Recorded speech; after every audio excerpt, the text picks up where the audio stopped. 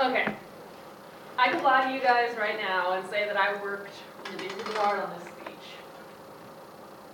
But I didn't. And the reason why is actually the topic of my speech.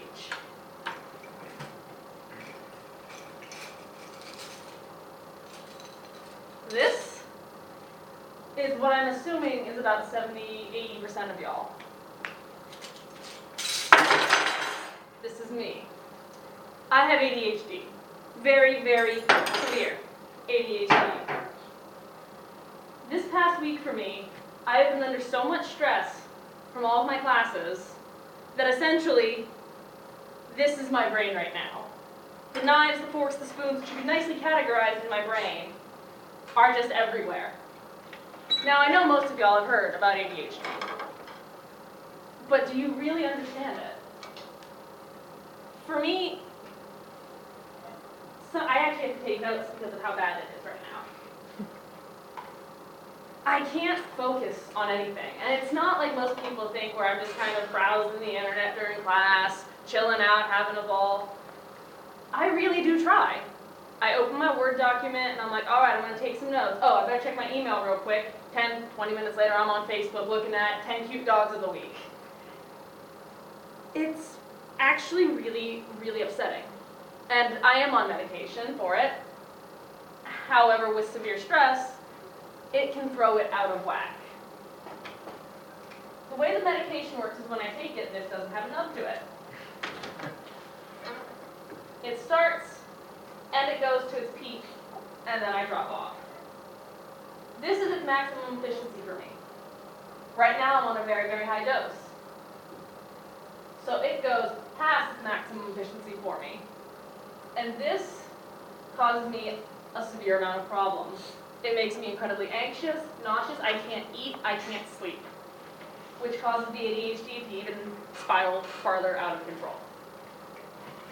How the medicine should work in reality is it should take all three of these things, we will call the forks memories, the spoons facts, and we'll call the knives miscellaneous. It should take all of them and sort them for me so I can find them quicker and easier should I need it. However, something else most people don't understand about the medication is just because it makes things easier for me to focus on, if I'm searching for this one memory to write my history paper, if I were to, again, pull up my email and find an email about Toastmasters, I could very, very quickly become very hyper-focused on this. When I'm not on my medicine, I'm not hyper-focused on anything. I will just go from website to website to website, like changing the channels on a TV. But with my medicine, I become very hyper-focused on one thing, which may not always be the right thing. And yes, it is a really, really debilitating disease. I lose things all the time. I can't remember anything unless I write it down, and even then I will forget to go read the notebooks that I write things down in. And if anyone has ever actually spent a lot of time talking to me, you may or may not have noticed this, but I do this a lot. I always have to have something in my hand. I can't not be doing things with my hand while I'm talking, even with the medication. But even though I have this mental disorder,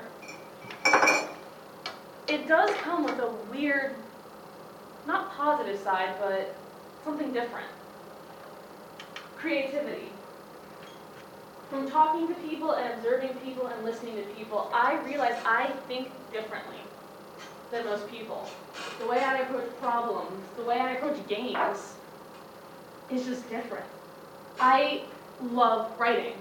If you give me a sentence, a topic, a few words, I will just build these stories in my head. In fact, this weekend, I actually managed to get Special Leave, hallelujah, to go to a LARP, where I created this character from nothing. I built her backstory, created this whole entire being, and I get to play her and be her, and there is no script. I make everything up as I go along. And the people around me they have this weird creative mindset too. And even though this is something I do struggle with, and unlike most people, I will never grow out of it. Honestly, there are some things I wouldn't change it for anything in the world. Thank you.